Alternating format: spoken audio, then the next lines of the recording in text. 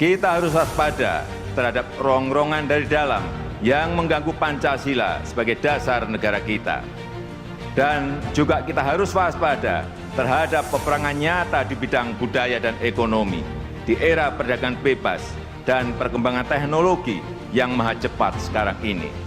Tidak ada jalan lain bahwa kita harus bergegas membangun fondasi ekonomi nasional kita. Indonesia ingin bentuk kartel negara produsen nikel mirip OPEC.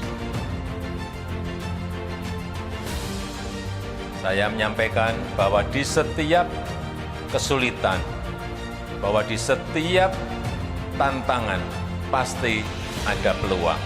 Tapi kita patut bersyukur Indonesia di kuartal kedua masih tumbuh 5,44%. Kristalina menyampaikan bahwa Indonesia menjadi salah satu titik terang di tengah kesuraman ekonomi dunia. Strong democracies, robust economies, and universities filled with great minds. We have so many reasons. Perdagangan kita ini mempunyai target pada tahun 2024 mencapai 60 miliar dolar. Jadi tinggal 2 tahun lagi. Tetapi melihat dari trennya, insya Allah kita punya keyakinan bahwa ini bisa tercapai pada tahun 2024 dan tahun 2025. Menteri Investasi atau Kepala Badan Koordinasi Penanaman Modal atau BKPM, Bahlil Lahadilah, mengusulkan pembentukan kartel produsen nikel sejenis organisasi pengekspor minyak bumi atau Organisasi of the Petroleum Exporting Council atau OPEC. Hal tersebut disampaikan Bahlil saat bertemu dengan Menteri Perdagangan Internasional, Promosi Ekspor Usaha Kecil dan Pembangunan Ekonomi Kanada Mari NG pada Selasa. Menurut Bahlil, sebagai sesama negara yang kaya akan hasil pertambangan khususnya nikel, adanya organisasi sejenis OPEC untuk penghasilan nikel dapat mempermudah koordinasi dan menyatukan kebijakan komunitas nikel, apalagi Indonesia tengah memprioritaskan hilirisasi sumber daya alam guna mengembangkan ekosistem kendaraan listrik. Selama ini, yang kami lihat, negara-negara industri produsen kendaraan listrik melakukan proteksi. Akibatnya, negara penghasil bahan baku baterai tidak memperoleh pemanfaatan nilai tambah yang optimal dan industri kendaraan listrik melalui kolaborasi tersebut. Kita harap semua negara penghasil nikel bisa mendapat keuntungan melalui penciptaan nilai tambah yang merata, kata Bahlil. Selasa pada kesempatan yang sama, Bahlil juga membahas terkait penyelesaian perjanjian kerjasama ekonomi Indonesia dan Kanada.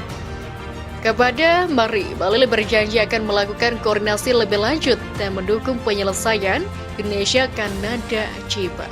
Mari menyambut baik usulan tersebut. Motonya kedua negara telah memiliki visi yang sejalan terkait optimalisasi sumber daya alam secara berkelanjutan yang juga memberikan benefit secara ekonomi. Pemerintah Kanada juga menginisiasi transisi ekonomi juga ke arah ekonomi hijau berkelanjutan, terutama dalam hal menciptakan pekerjaan hijau. Pada prinsipnya, kami meyakini bahwa kolaborasi perlu dilakukan dengan partner yang dapat dipercaya dan Indonesia termasuk partner yang tepat, betul ujarnya. Pemerintah Indonesia mengusulkan pembentukan organisasi khusus negara-negara penghasil nikel mirip OPEC pada minyak mentah. Menteri Investasi atau Kepala BKPM Bahlil Lahadilah mengaku pihaknya sudah menyiapkan formulasi pembentukan organisasi ini. Bahlil telah melakukan pertemuan dengan Kanada dan Australia terkait inisiatif terkait tersebut di sela-sela KTT G20. Bahlil yang menilai kolaborasi dengan sesama dengan penghasil nikel maupun mineral lainnya sangat diperlukan untuk mendukung industri kendaraan listrik di masa depan. Dari kita sendiri formulasinya sudah ada, tapi harus kita tawarkan formulasi yang sama untuk kemudian mereka mengkoreksi dan atau tidak. Dan sekarang tawaran konsep itu sudah kita berikan ke mereka, kita menunggu feedback, katanya dalam keterangan pers melalui video yang diterima di Jakarta Kamis. Bahlil menyebut inisiatif untuk mendirikan organisasi tersebut merupakan mimpi besar Indonesia agar negara-negara penghasil bahan baku mineral bisa berkolaborasi dan menjadi pemegang kendali perdagangan mineral dunia. Hal itu juga dilakukan lantaran negara-negara Eropa yang merupakan pusat pabrikan otomotif mengharuskan agar pembangunan pabrik baterai mobil harus dibangun dekat dengan pabrik mobil listrik. Nah, kalau itu terus terjadi, maka negara-negara penghasil bahan baku tidak dapat mendapatkan nilai tambah. Maka kemudian ide itu dilakukan oleh Indonesia dan saya komunikasikan baik dengan Kanada, Australia, dan kami sudah hampir mencapai satu kesepahaman.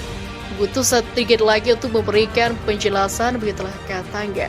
Bahlil menambahkan inisiatif tersebut akan jadi instrumen kolaborasi antar para negara penghasil mineral agar bisa mendapatkan keuntungan sambil tetap menjalankan seatoran perdagangan internasional.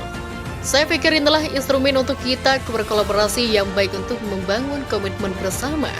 Tapi semua dalam rangka kolaborasi untuk saling menguntungkan dan memperhatikan aturan permainan perdagangan internasional, begitulah imbuhnya. Sebelumnya Bahlil menilai dengan adanya wadah organisasi bagi sesama negara yang kaya akan hasil pertambangan, khususnya nikel. Maka negara berhasil nikel dapat berkoordinasikan dan menyatukan kebijakan komunitas nikel.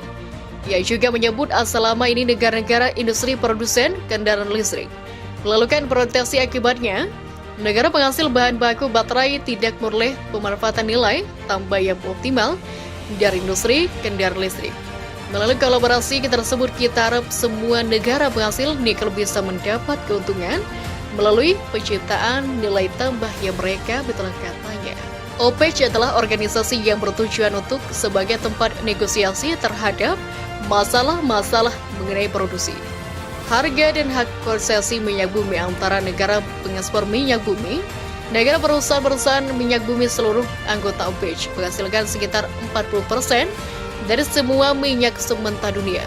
Selain menentukan pasokan minyak mentah di seluruh dunia, organisasi tersebut juga mengontrol harganya. Duta Besar Uni Eropa atau UE, Vincent Piquet menyatakan mendukung perekonomian Indonesia namun sesuai dengan aturan hukum internasional.